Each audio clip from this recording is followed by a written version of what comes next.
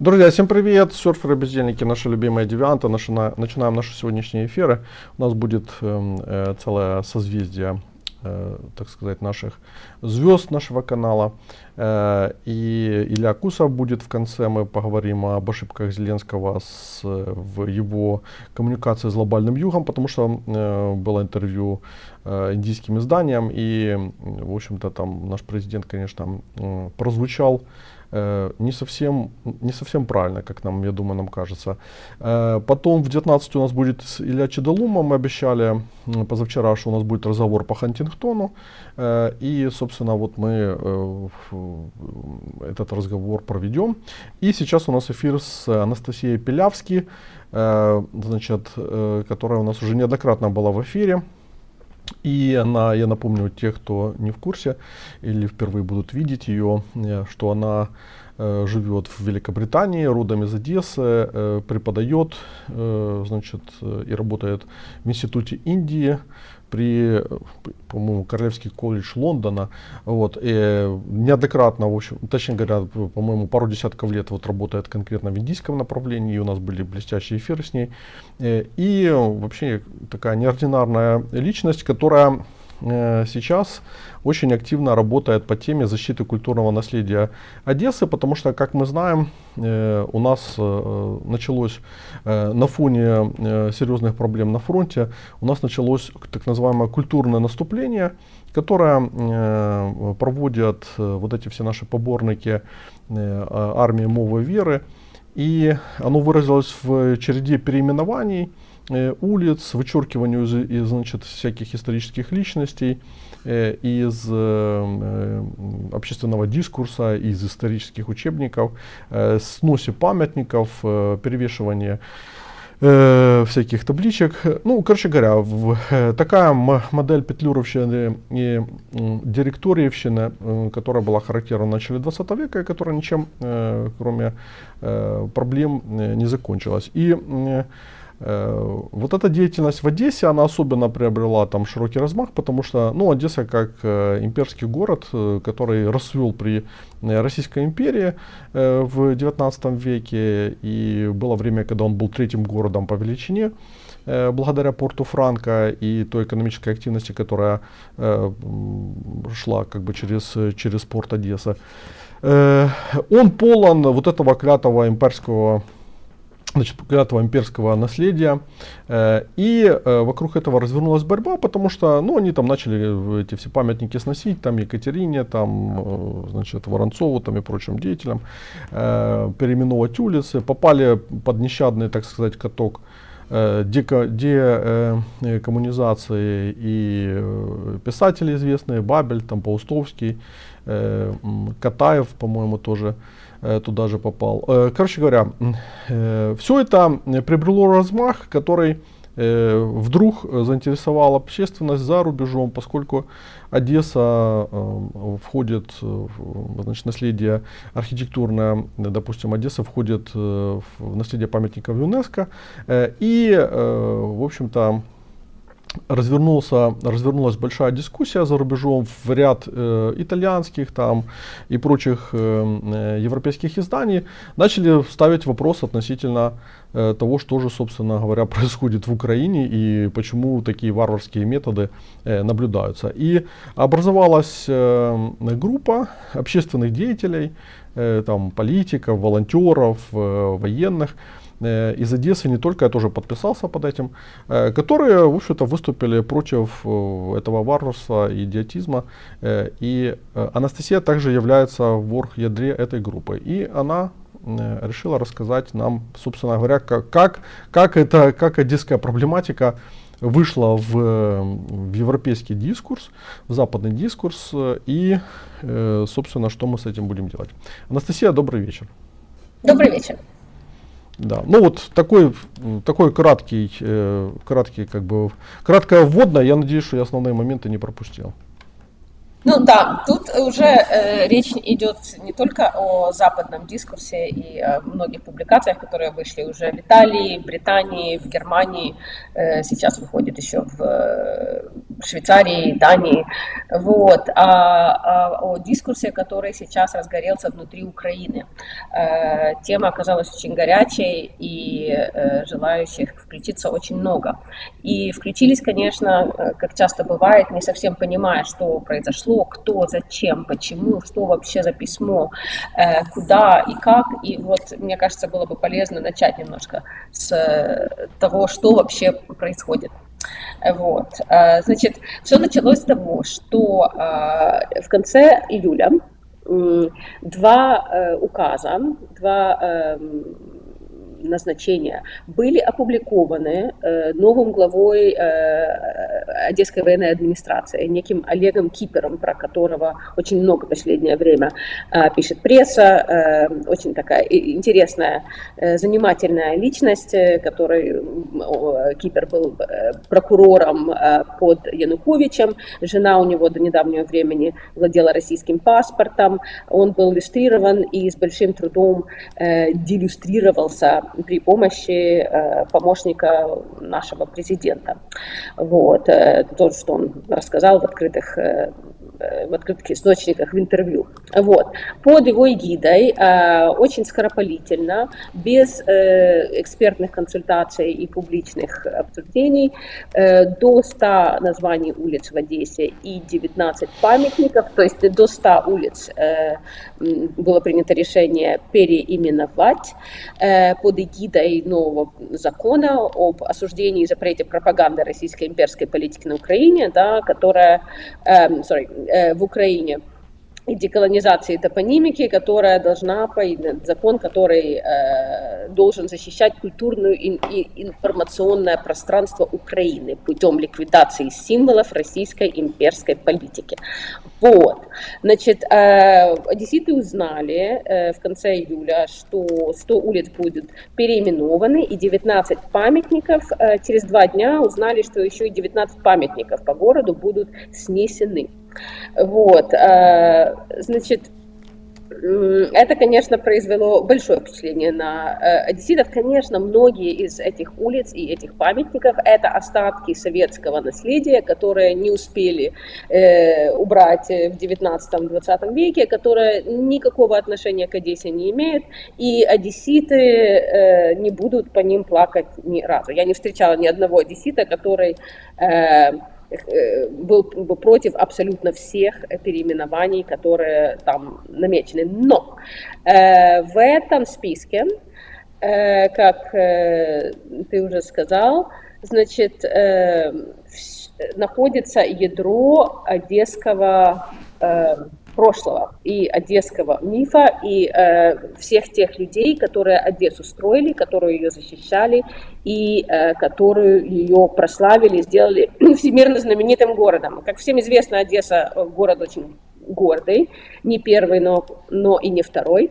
Это метрополия, это город, который больше, чем он сам. Например, Ярослав Грицак об этом не раз недавно говорил.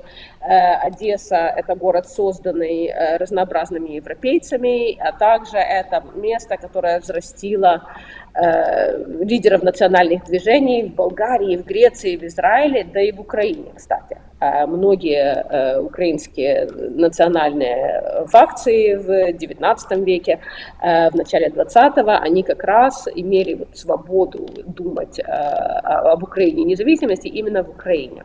Вот, мы можем немножко потом об этом поговорить. Значит, произошло это все внезапно, произошло это все вне любого демократического процесса и вне даже рамок того закона, который имеет невероятное количество дырок, о которых мы поговорим, я думаю, через несколько минут. Вот. Почему это происходит просто, без всяких сложных неоднозначностей, вне рамок этого закона? Потому что закон, во-первых, исключает из своего действия объекты всемирного наследия. Вот. А в его юрисдикцию попали не только улицы, но и памятники, физические объекты, которые ЮНЕСКО в прошлом году объявила всемирным наследием. Но в 2019 году ЮНЕСКО объявила Одессу и городом, креативным литературным городом, то есть у Одессы 2 дезигнации. И большинство тех, которые в центре историческом, который сейчас является мировым наследием, они как раз писатели. То есть это Бунин, это Нобелевский лауреат, это Паустовский, это Бабель, естественно. Паустовский был 4 раза номинирован на Нобель. Вот, это Багрицкий, это поляк этнический Олеша, это Ильф и Петров, это Вера Инбер и Катаев. Да? Вот, то есть это весь пантеон одесских писателей, и удар, конечно же, по одесскому самоощущению был невероятный. Вот. Значит, одесситы собрали несколько сотен подписей изначально и отослали их главе Киперу, главе военной администрации, с копиями в Министерство культуры и офис президента. Естественно, в течение пару месяцев пришел ответ, который был просто формальной отпиской. Вот. Не было ничего услышано, и поэтому в конечном итоге я и кучка безродных космополитов изначально, но к нам подтянулись очень родовитые люди из Львова тоже, то есть мы не только кучка, но изначально, конечно же, это была кучка безродных космополитов, которые все-таки решили, что надо что-то делать. Нужно немножечко пару слов о моей позиции с начала войны. Естественно, я вам немножко рассказывала об Индии, и мы продолжим, я надеюсь, наш индийский проект. Вот. Но с начала полномасштабной войны я очень активно занимаюсь тем, что я пекусь об репутации Украины, потому что на этой репутации держится ее поддержка нашими партнерами и наши вообще перспективы выживания. Вот. Я пишу очень много в индийские газеты, так как это моя специализация, в самые топовые, самые читаемые газеты, объясняю украинскую историю, позицию, ошибки, развенчиваю мифы российской пропаганды. Вот, пишу иногда и британские издания, и в Financial Times писала, и в Daily Mail. Вот, опять-таки с абсолютной целенаправленностью на поддержку нашей репутации как демократического государства, как государства, которое в принципе блюдет законы, которое уважает интернациональные договоренности, законодательство и, в принципе, метит в членство в европейской семье, которой я все-таки еще надеюсь, что Украина может стать. Вот. И тут у меня как бы настал такой момент переломный, потому что если я уже давно, в принципе, обдумываю то, как начать говорить о вот этих вот культурных войнах, которые уже сейчас приобретают вот такой дикообразный вид, как это культ наступ. Вот. Потому что люди, с которыми я общаюсь я и в Британии, и в Европе, и в Штатах с очень большим количеством людей, не только в такой университетской интеллигенции и среди журналистов, люди, которые очень сильно влияют на общественное мнение, но также с людьми, которые участвуют в решениях, напрямую связанными с поставкой оружия в Украину. Я с ними общаюсь плотно, как-нибудь, когда кончится война, я могу вам чуть больше об этом рассказать, но то, что важно сейчас понимать, что уже 1,5 года меня спрашивают, а что же у вас там такое происходит? У вас действительно, Путин действительно прав, что у вас оголтелые националисты и шовинисты бегают. А как это так? Получилось, что у вас запретили русский как предмет. А как это так?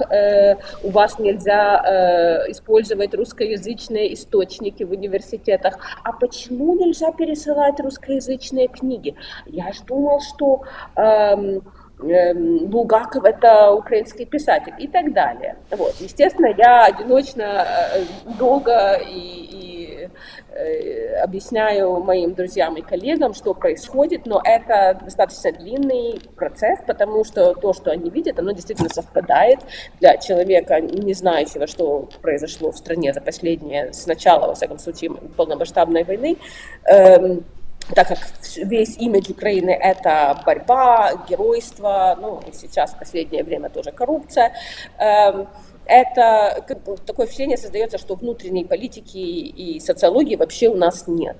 Вот. И тут я поняла, что если мы будем продолжать молчать, то наши шансы помощи будут падать точно так же быстро, как и взлетает вот эта волна шовинистической, моноэтничной, монолингвистичной идеи украинской нации. Вот.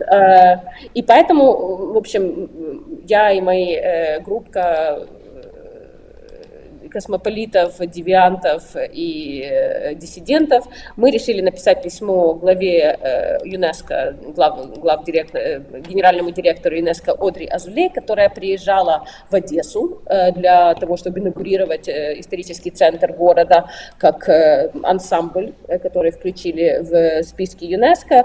Кстати, это только один из двух ансамблей целых городских, которые в Украине приняты в ЮНЕСКО. Это принимали Одессу с большим воем. Значит, это было сделано в январе прошлого года. Была такая срочная процедура применена, и противились очень сильно. Российский делегат противилась, пела песни Утесова. Но главное, на что она апеллировала, это было как раз вот это вот новоленинская монументальная пропаганда, политика монументальной пропаганды, по которой в декабре 22 года снесли памятник не Екатерине, а памятник основателям Одессы. Этот памятник стоит в очень таком центральном месте. Те, кто были в Одессе, наверное, его видели. Наверху стояла большая толстая тетка Катька, которую все называли в Одессе Катькой, и у ее ног стояли 4 ее фаворита. Вот. Это были люди разных национальностей, включая Хосе де Рибаса, который вообще, в принципе, предложил основать здесь город, который был каталанский неаполитанец и подтянул в Одессу всех этих итальянцев, которые здесь все и настроили, который тоже привел сюда голландского инженера де Валана, который организовал город. То есть это памятник абсолютно репрезентативный той изначально исторической и как бы эссенциальной космополитизму тому гнусному, из которого и состоит одесское самопонимание, одесская действительно история, во всяком случае изначальная, и вот этот одесский миф. То есть там были голландцы, неаполитанцы, каталанцы, немка, которая правила Россией, вот, и русские. И ко всему еще памятник был замечательно подходящим Одессе, потому что Одесса – это город матриархата, и большая толстая тетя с 4 фаворитами, то есть любовниками у ее ног, это было прекрасно. Вот, его снесли уже не в первый раз, потому что в 1920 году, опять-таки под ленинской монументальной пропагандой, снесли этот же памятник. Потом там стояла голова Маркса, и мой папа, которому сейчас 102 года, помнит, как этого Маркса сносило, потому что голова была пустая и очень легкая, и ветром его сдувало часто. Потом там был серп и молот, и во время румынской оккупации там было пусто, но площадь называлась Адольфа Гитлера. Потом туда поставили потемкинцев, которых все называли или утюг, или памятник 3 копеек, потому что выглядело это так, что они все в активном поиске 3 копеек. Вот. Потом вернули Екатерину в 7 году, опять-таки стоял большой кипиш. Те, кто устанавливали, пытались возобновить ритуал 1900 года, когда она изначально была установлена, а пришли какие-то националисты, которые хотели все это подорвать.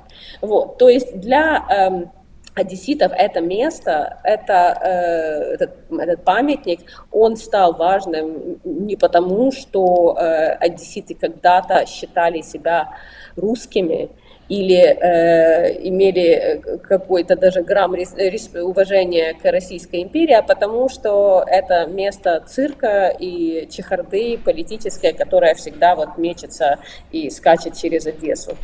Вот. Значит, это было использовано российской... Правда. Да.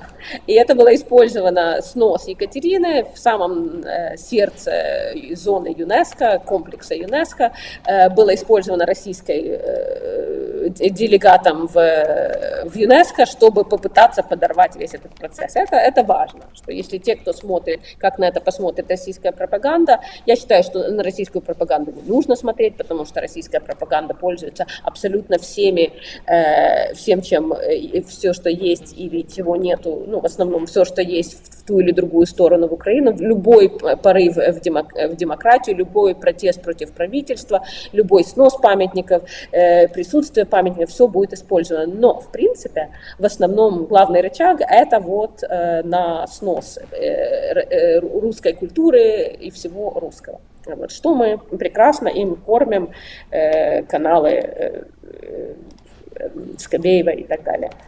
Вот.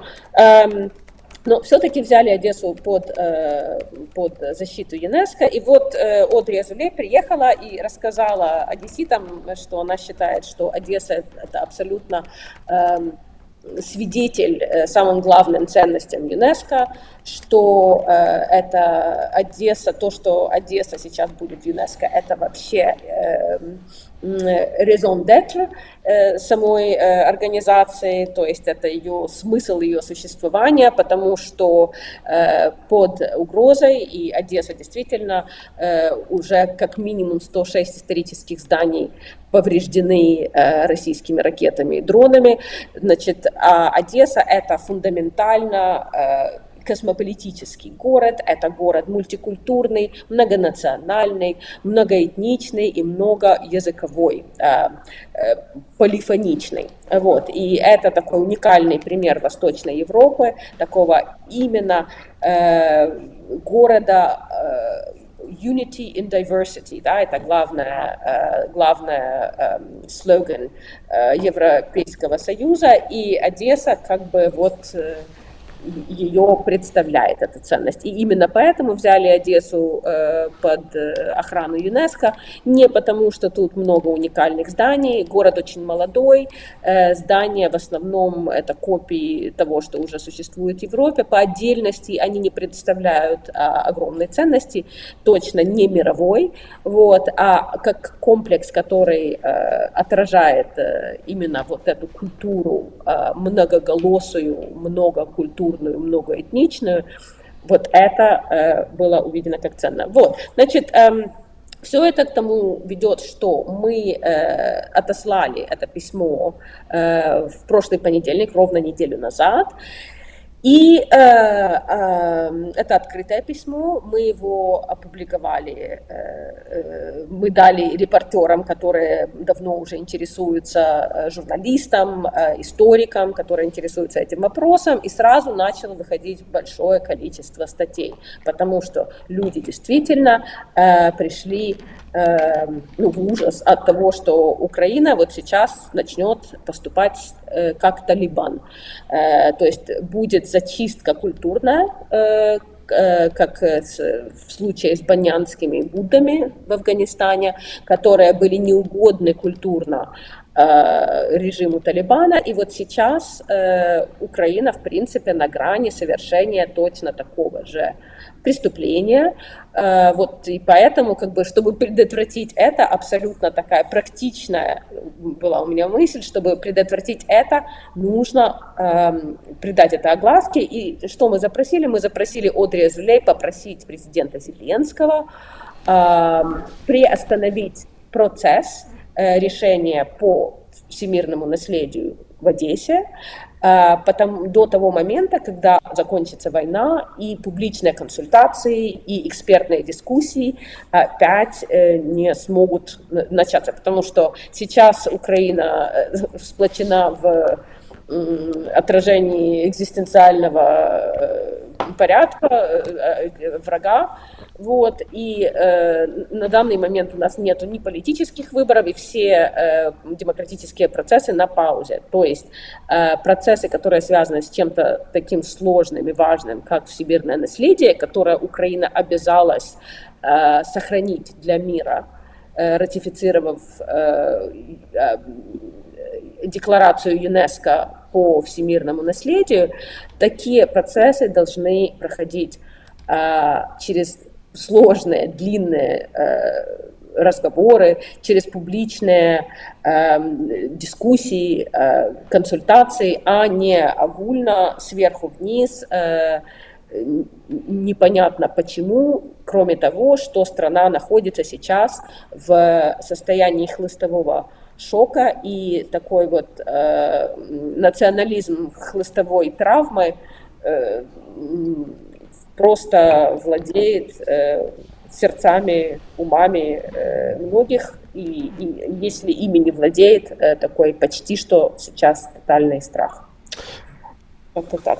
Друзья, полайкайте эфир. Этот эфир как раз очень хорошо ложится в продолжение той темы, которую мы с Дацюком поднимали в пятницу. Я всем советую посмотреть. Он назывался «Логика перехода», где там Дацюк просто камня от камня не оставил от этого всего культурного этого ластупа и прочего дебилизма, вот, который, к сожалению, власти потакают. И Зеленский просто взял его на вооружение от Порошенко и, по сути, предал тех избирателей, которые приводили к власти, потому что они точно не голосовали за Армавир. Вот. Но я вот хотел вопрос какой задать. Правильно ли тебе понял, что ЮНЕСКО сейчас просто взяла эту ситуацию на карандаш и теперь будет ее держать все время вот в таком состоянии, пока не разрешится она там и не станет понятно, в каком направлении идет тренд? Дело в том, что ЮНЕСКО — это очень бюрократизированная организация, как и все ООНовские. Мы еще ответа не получили, но то, что я знаю из своих каналов, это то, что там это очень бурно сейчас обсуждается. Им нужно обдумать, как тут себя вести и как ответить. Вот. А тем временем то, что выходит в прессе, и те подписанты письма, которые, те люди, которые подписались, у нас подписалось уже почти 140 человек, создают давление публичное на Одри Азуле, и это, в принципе, мы так и запланировали. Мы просто рассказали всем людям, которые хотели об этом знать на Западе. Вот. Подписалось очень много людей гигантской репутации на Западе, то есть люди такие, как, наверное, самый знаменитый живой итальянский историк Карло Гинзбург, папа которого родился в Одессе, переехал в Италию, был брошен в тюрьму фашистами и там умер, подписал, естественно. Сразу таких людей очень много. Одесская глубокая диаспора по миру велика, сильна. Люди уровня Томаса Девала, который написал об этом статью в журнале Prospect в пятницу. Его предки из Одессы, семья Ифруси, его брат Эдмонд Девал, который тоже подписал, он написал очень знаменитую книгу, где Одесса фигурирует на первом плане. В общем, поднялась дискуссия не просто среди журналистов, а среди людей, которые в Палате лордов, Морис Глассман, лорд в сейчас правящей лейбористской партии в Британии, написал очень длинную статью об этом в очень важном издании The New Statesman в Британии. То есть сейчас пошла волна обсуждения вот этой вот моноэтничной, монолингвистичной национальной политики, которая начала очень скоропалительно завладевать публичным пространством. Что важно сказать, что в Одессе людей, которые поддерживают нашу позицию, а наша позиция – это позиция европейской Украины, это позиция Украины, которая свободна для того, чтобы иметь открытые дискуссии, где люди могут выражать свое мнение о том, кто они такие, как они видят нацию, как они видят прошлое, как они видят будущее, как они видят себя, когда они не боятся это сказать. Вот это такая Украина, которую мы поддерживаем. И большинство подписавшихся людей, они находятся или в Одессе, или в Украине. Значит, среди них есть военные служащие, капитан ВСУ, который также является специалистом по украинской литературе, который из Киева, театральный режиссер, который в первые дни полномасштабного вторжения пошел воевать из Одессы, который сейчас продолжает служить, ветеран, который освобождал Херсон, был командиром отряда, большинство из которого погибло, он несколько раз контужен, он сейчас создает реабилитационный центр. То есть это не какие-то безродные космополиты, маргиналы, евреи, иммигранты, это вот просто очень разнообразные люди. И что меня очень порадовало, меня порадовали две вещи.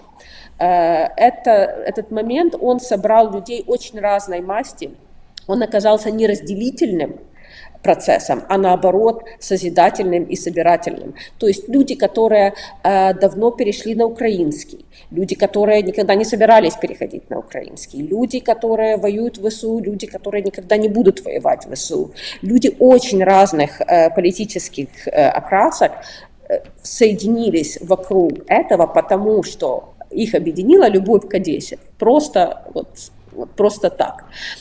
И Одесса, она всегда презирала правительство любое. Это было самым антиимперским городом в Российской империи и самым антисоветским городом в Советском Союзе. Вот. И Одесса, которая всегда остается сбоку, пересиживает, пережидает вот это вот метание монументов по Екатерининской, ныне Европейской площади. Это приходящее, придет, уйдет, пересидим, вернем обратно. Одесситы все-таки тут встали, потому что зашли слишком далеко, ударились слишком прямо, плюнули в лицо, и одесситы действительно собрались, и к ним присоединились, что очень важно, что к ним присоединились люди со всей Украины, львовяне, которым сейчас достается за это очень мощно, то есть кампания по называнию нас врагами народов разгорается вовсю, то есть львовяне это ощущают очень остро, киевляне подписались, много харьковчан подписалось, Макс Розенфельд, который уже общался не раз со СМИ, вот, то есть мы затронули не только Одессу и не только памятник Воронцова и основателям Одессы, и того же Пушкина, который тоже встал под нос, вот этот наш бюст, который одесситы собирали много лет, потому что им очень импонировало то, что приехал к нам диссидентствовать за антицарские свои активности Пушкин и написал, что вот Одесса дышит, все тут Европой дышит, веет. Вот. Не об этом. Это как бы задело людей за очень живое и за очень трепетное, за то, что вдруг оказалось, что многие нашли себя в состоянии тотального страха, в состоянии таком, которое я называю эпистемологию страха или эпистемология паранойи. Вот, когда человек уже не думает, координируя свои наблюдения, свои восприятия жизни вокруг него и то, как он на это когнитивно реагирует, а когда человек начинает, любая его мысль, любое его мнение формируется через вопрос к себе, а можно ли, как это повлияет на то, что обо мне подумают, назовут ли меня врагом народа, сделают ли меня недоукраинцем, ну и так далее. Вот. Мне сейчас пишет очень много людей, благодарят, говорят, что они не могут подписаться, потому что они боятся, у них семьи, у них работа, вот. И это, конечно, очень такой тревожный для меня звоночек, потому что уже пошло веселье достаточно далеко. Как-то так. Мгм. Ну, скажи, пожалуйста, вот западная пресса, вот, потому что там многие западные ведущие издания в это подтянулись, вот насколько они вообще, как они вообще либо входили с вами в коммуникацию, либо вы с ними входили в коммуникацию, и и какой они давали фидбэк на это, и насколько вот они охотно как бы вот входили в этот дискурс? Смотри, началось с того, что мы просто написали об этом нескольким известным людям. Вот есть такой сэр Кристофер Кларк, он рыцарь, знаменитый историк Германии и сейчас всея Европы. Вот. Написали ему, написали Томасу Девалу и еще нескольким людям в Италии, известным журналистам, и они, конечно, об этом слышали, но такой артикуляции у них никогда не было. Они не понимали, что происходит. Они видели, что происходит что-то ужасное, а мы немножечко объяснили. Мы объяснили то, что страна находится в состоянии травмы, в состоянии шока, и как бы мы им помогли немножечко нас понять.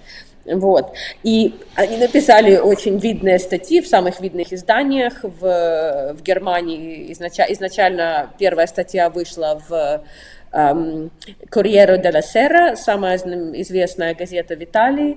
За ней последовала статья Кристофера Кларка в Frankfurter Allgemeine Zeitung, тоже очень видное такое интеллектуальное издание. Вот. А после этого начали с нами связываться уже и другие журналисты. Ну вот сейчас я нахожусь в состоянии очень плотного общения с журналистами. Сегодня было длинное интервью у меня с главным телевизионным каналом Италии «Рай». Вот. Ну и потому что уже долго, очень долго на Западе, в Европе, в Штатах, но в Штатах меньше. Сейчас у нас пока что ничего не вышло в Штатах, ну потому что до 6 ноября, во-первых, все пространство забито. Но в Европе уже очень давно думают, удивляются, но не знают, что думать, и как вообще понимать то, что происходит с этим таким внезапным, оголтелым этнонационализмом в Украине, которое все более-менее образованные люди знают, никогда не было в тех границах, которые приняты всем миром, никогда не было одноязычной страной, никогда не было моноэтничной страной. Вот. Но опять-таки все были в растерянности и в каком-то шоке. Каждый раз, когда я объясняла, как это все произошло и что происходит, начиналось все как бы с такого аналитического нуля. Угу. Ну, короче говоря, интерес есть. Этот интерес, очевидно, если будут новые какие-то всякие события, решения там со стороны ЮНЕСКО, чего там какие-то ивенты вашей группы там и так далее, то этот интерес будет поддерживаться. И, соответственно, ну, вот эта вот страусиная позиция нашей власти, которая типа как бы вот за демократию, а по ходу закрывает глаза, не только закрывает глаза, но и способствует тому, что вот это вот все дерьмо, оно продолжает как бы набирать обороты, вот она, ну, в этот раз оно не сработает, вот так вот, скажем так. Ну да, мы как бы пытаемся предотвратить суицид, потому что если мы еще ко всему прочему начнем выглядеть как Талибан, такое решение в таком видном городе в Одессе, как Одесса, если это произойдет, то это будет очень, ну, это мы не просто прострелим свое коленко еще раз, а мне кажется, ну, гораздо хуже. Вот. Так что Тут забавно пошла уже новая волна реакций внутри Украины. Значит, это не только в социальных сетях, не только на Фейсбуке. Конечно, люди, которые подписали это письмо, многие из них очень видные публичные фигуры. Это поэт Борис Херсонский, например, известный одесский. Это историк Александр Бабич, который сейчас служит в ВСУ. Они попали под серьезную атаку. Это львовская историк София Дьяк, которая сейчас директор Центра урбанистической истории во Львове. Вот. Много очень видных фигур, они сейчас попали под атаку, где их называют врагами народов. И дело в том, что в нашем постсоветском пространстве вот такие вот неосталинистские возгласы, они сидят у нас очень глубоко в нашей семейной памяти, то есть не надо быть евреем, не надо быть внуком кулака, чтобы при таких фразах стыла кровь. Вот. Люди, эти, которые подписались, они очень смелые, особенно те, у которых я живу на 2 страны, я живу полгода в Одессе, полгода в Кембридже, но все-таки моя зарплата идет из Лондона, и я человек более вольный, именно поэтому я решила это сделать. Я не активист по своей натуре, я школяр, у меня никаких политических амбиций нет, и у нас никакой организации нет. Это просто группа людей, которые просто испуганы тем, к чему вот такие вот действия ведут. И тем более у нас много в группе историков, которые прекрасно знают, как много раз такие процессы, которые начинались с уничтожения исторического наследия, доходили до людей. То есть мы очень стремительно в глазах многих в нашей группе двигаемся от 17 к 37 году. Мы очень быстро подходим к ситуации, где уже террор кажется многим не за горами. Вот. И поэтому, при том, что некоторые из тех, которые сразу внутри Украины ответили на это действительно активные члены очень маргинального правого сектора, которых единицы в Одессе, но вот именно эти единицы, они выступили так очень резко против. Вот, при том, что люди просто физически уже опасаются. Вот те, кто подписали, и авторы этого текста. Среди авторов главных, кроме вашей покорной слуги, есть еще известный одесский поэт Илья Каминский. Он был когда-то номинирован на Нобелевскую премию. Он профессор в Принстоне. Он уехал точно так же, как я, в 90-х в Штаты. У него такая специфика поэзии, он глухой. И он, как бы, у него очень интересная поэзия. Есть Майя Демерли, которая, она литератор, писатель, переводчик и глава вот этой секции ЮНЕСКО «Одесса. Литературный город». И еще Евгений Деминок, который специалист по украинскому авангарду и футуризму, по Бурлюку, который был, конечно, в Одессе, по Соне Делане, то есть, опять-таки, чуток безродных космополитов, но, опять-таки, те, кто подписались, они очень-очень разнообразны. То есть я горжусь тем, что Одесса, наконец, подняла свою голову.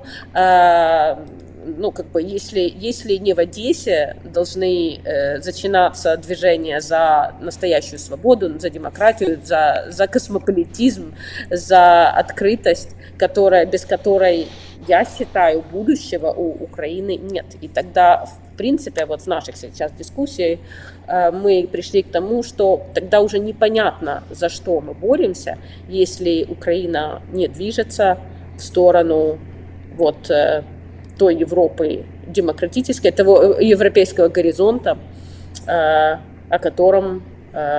который люди 10 лет назад выходили на улицы, за который, в принципе, в контрасте с деспотизмом России вышли люди в первые часы и дни, и недели этой уже большой войны воевать. Вот. Так что, да. Ну, и в этом плане вот то, что ты предложила вынести в качестве заглавия, Одесса не проблема Украины, а ее решение, вот такой подход, который предусматривает ну, многообразие, там, разнообразие, то, что звучит в том числе в девизе там, Европейского Союза, там, да, то он как раз является решением проблем Украины, потому что сегодня годовщина там люстрации, 10 лет, по-моему, иллюстрации, которую ввели там, значит, в Украине, там начали активно развивать. И я не помню, кто-то из моих подписчиков, он как раз очень метко заметил, что это Сережа Лямец, я вспомнил, Сережа Лямец, журналист. И он как раз метко заметил, что говорит, вот иллюстрация, которая вот тогда начиналась, она по сути способствовала вырезанию как бы из политического поля, отторжению как бы из политического поля там элит Крыма и Донбасса, что символично привело ну, как бы на сегодняшний момент к потере фактически этих территорий там, да, и по сути это был такой акт самокастрации. Почему? Потому что элита, которая пришла, заменила их, или точнее говоря, которая ну, выкинула их, но на самом деле ничем от них не отличалась, потому что на протяжении там, 20 с лишних лет на тот момент она точно так же была частью общей элиты, общеукраинской, и собственно мало чем от нее, от восточно-украинской элиты отличалась.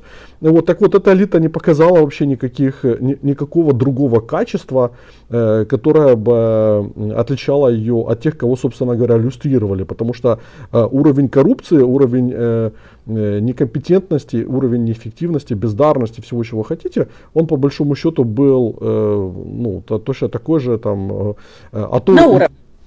точно такой же, а сейчас можно даже сказать и больше, потому что при всем негативном отношении к Януковичу, но сегодня можно смело говорить, что многие схемы, которые сейчас осуществляются, при Януковиче, там, при Кучме или при Ющенко, там даже думать об этом не могли, и как вот в том меме, а что так можно было, когда вот просто самая тупая схема грабежа, она спокойно реализуется, то есть прокуроры у всех на глазах кэшуются как бы там и делают себе липовые справки инвалидами, и тут же в бюджет на следующий год увеличение зарплат прокурорам на 37%, там, а всяким низшим сословиям, там, типа учителей, говорят, ну, вибачте, грошей нема, там, типа, как бы вы гуляете там лесом, да, у нас у державы сегодня проблемы. Так вот это вот по сути самокастрация, которая Вторая Украинская Республика постоянно занимается, там, с 4-го года, а с 14-го особенно, ну, она приходит, она просто естественным образом разрушает все, разрушает экономическую базу, разрушает международные позиции, разрушает само по себе государство.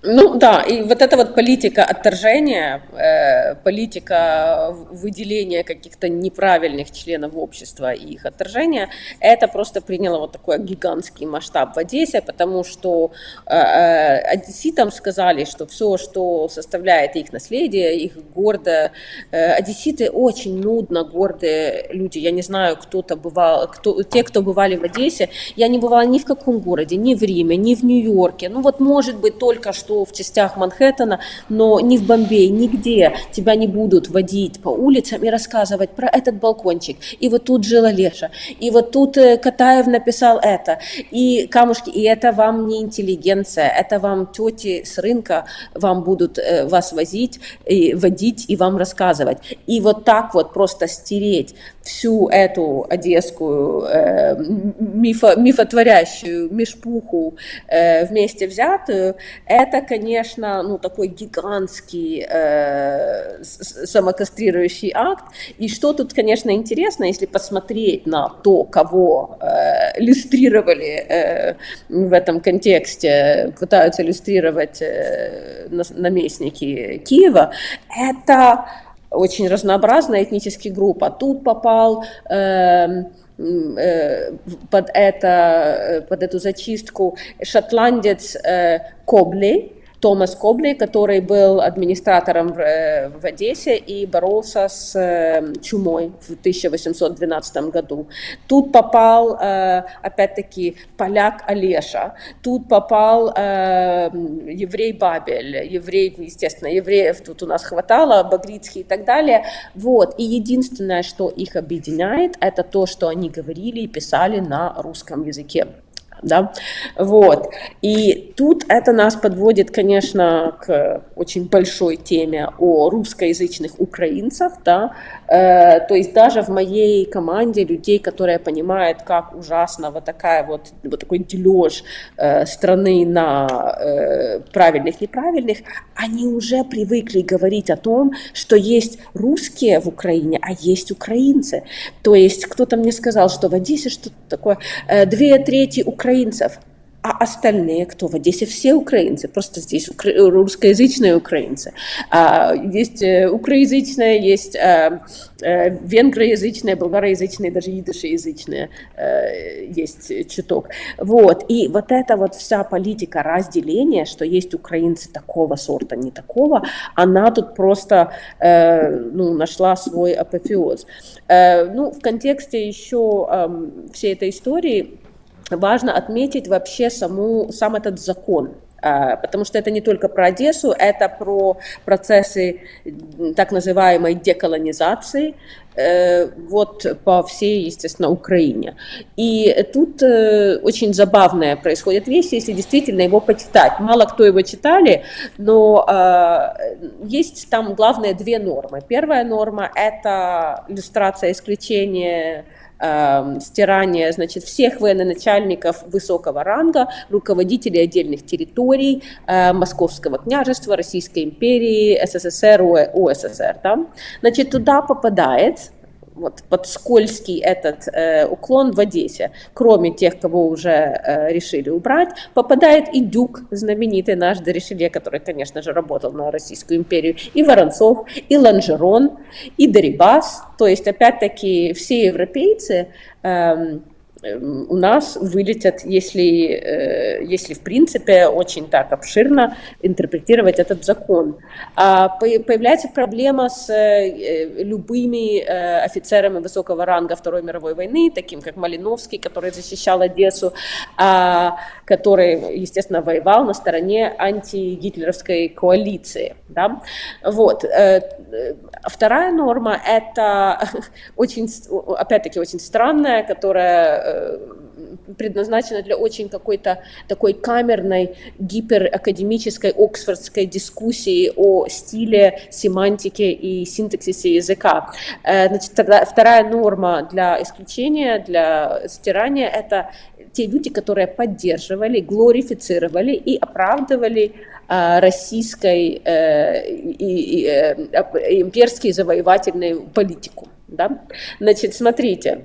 Сюда, в принципе, можно подтянуть любого советского писателя, но если начинать немножечко входить в тему, тогда попробуй найти хоть одну строку глорификации СССР у Высоцкого или натянуть Ильфа и Петрова на роль советских элегистов-глорификаторов. Да? С другой стороны, Довженко, который был лауреатом 2 сталинских и 1 ленинской премии, вот большего глорификатора не найти. Павло Тичина, автор гимна УССР, атаман Головатый, да, и, в общем, половина казачьей старшины, которые смело можно вписать в коллаборанты. Сосюра, который гимн там Сталину, оду Сталину писал там. Ну, да, так времена такие были. Я просто просто думаю, что многие из сегодняшних вот этих вот борцов с вот этим вот всем наследием Российской империи там, или Советского Союза, что будь в те времена, живя в те времена, то они бы пели там оду Сталину в 10 раз похлеще, чем тот же самый Сосюра там, или кто-то из вот этих вот всяких деячей. Да, вот. да. А уж что снимал бы наш кинопром как бы на месте Довженко, то я даже боюсь, Довженко-то хоть гением был и снимал хоть кино нормальное. Вот, а чтобы они там, хотя я думаю, что при Сталине их бы просто там в Сибирь отправили за бездарность и неспособность какой-то нормальный продукт делать. Ну да. товарищ Сталин, он же он лично смотрел фильмы там и лично читал книжки, которые издавались. Ну да, вот, ну то есть, естественно, закон тут, и что опять-таки пугает, это именно то, что единственная категория, которая вообще можно ко всему этому приложить, при том, что Довженко, да, а Высоцкий не очень попадает, если так уже читать закон, то это опять-таки русскоязычность как категория. И вот это, конечно, людей, живущих сейчас, думающих о том, куда такие процессы в советском, постсоветском пространстве вообще обычно ведут, это как-то их настораживает, так мягко говоря. Вот, это ну, такой нюанс. И последнее, наверное, про законность и демократию, за которую мы все-таки ратуем, за свободу дискуссии, за свободу иметь все-таки свое мнение, не под эпистемологией страха, а вот свое такое гнусно-старомодная, просвещенческая такая вот фантазия. Вот ее мы как бы продвигаем, но о законности тут еще, кроме того, что не было нормальной демократической, публично доступной процедуры, тут кроме дырок в этом законе, который очень неоднозначный, есть еще просто элементарное беззаконие, потому что даже в рамках этого закона то, что произошло, это незаконно, потому что законодательство это исключает фигур, которые защищали Украину от нацистской Германии, от юрисдикции этого закона, а также объекты мирового наследия. А это как-то вот просмотрели. Но опять-таки прохлопать очень легко, когда это делается все быстро, реактивно, по какому-то заказу, без серьезных дискуссий, которые, в принципе, очень надеемся, что могут еще быть. Но опять-таки вопрос встает о том, что если мы не можем сейчас обсуждать свое прошлое, если как только начинаются какие-то альтернативные мнения, люди закрикиваются и объявляются врагами народа, о каком обсуждении будущего может идти речь? 100%. И на этой минорной ноте мы закончим. Ну, большое спасибо, огромное спасибо Анастасии за то, что она делает вместе с этой группой. И я лично я подписываюсь вот просто под всем, что было сказано, потому что ну, это просто логика и здравый смысл, которого, к сожалению, у нас многие лишены. Вот. И мы сейчас, собственно, эту тему продолжим в другом уже, как бы, с Ильей Чедолума историка. Вот мы будем рассматривать вот эту славную книжку.